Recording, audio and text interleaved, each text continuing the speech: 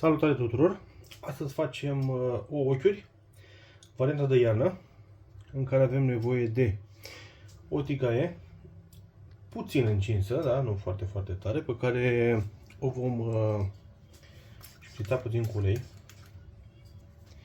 Avem nevoie de 3 gălbenușuri, dacă se poate cel din partea de sus să fie puțin mai mic, albușurile de la cele 3 ouă puțin bătute, dar nu spumă, dar nu avem nevoie de ceva spumă, brânză pe care o vom folosi ca decor și tot ca decor vom folosi câteva legume, castraveți, ardei roșu, măsline și morcov.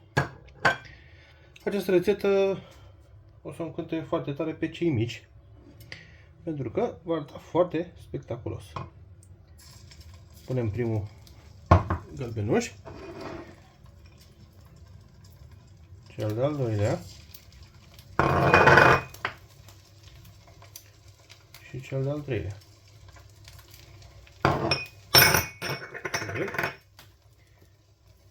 Vom pune acum albușul, partea de zăpadă care este deja așezată, da? Ce frumos!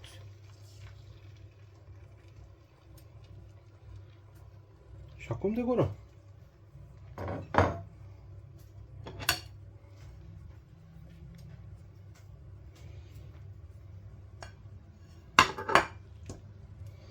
Îi punem o căciuliță. Punem și un decor de brăduț. Stânga-dreapta. Punem ochișorii. Dacă focul este mic, avem timp să decorăm în liniște, da? Îi punem și un nas.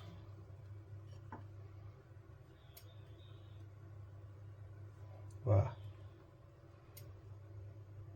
Facem și un zâmbet.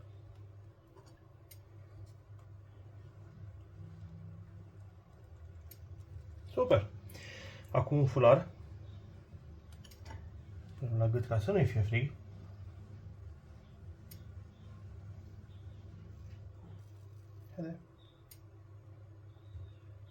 Ok. Punem și câțiva năsturei din măsline. Punem și unul jos aici. Punem mânuțele dintr-un ardei gras verde.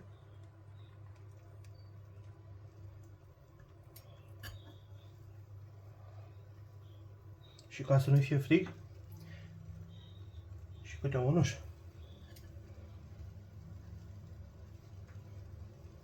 Avem picioruțele.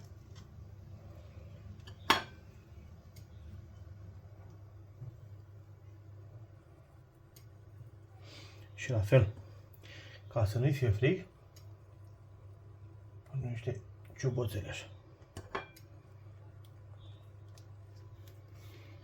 Și acum, puțină zăpadă de decor.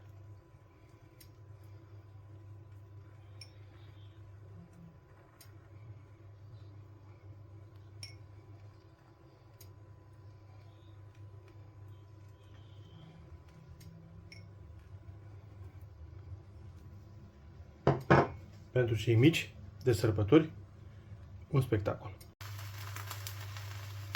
Cam așa arată rețeta noastră. După vreo 3-4 minute de stat pe foc, s-a mai întărit toată compoziția. Acum o transferăm. Ia uitați. Efectiv, super. Vă urez poftă bună!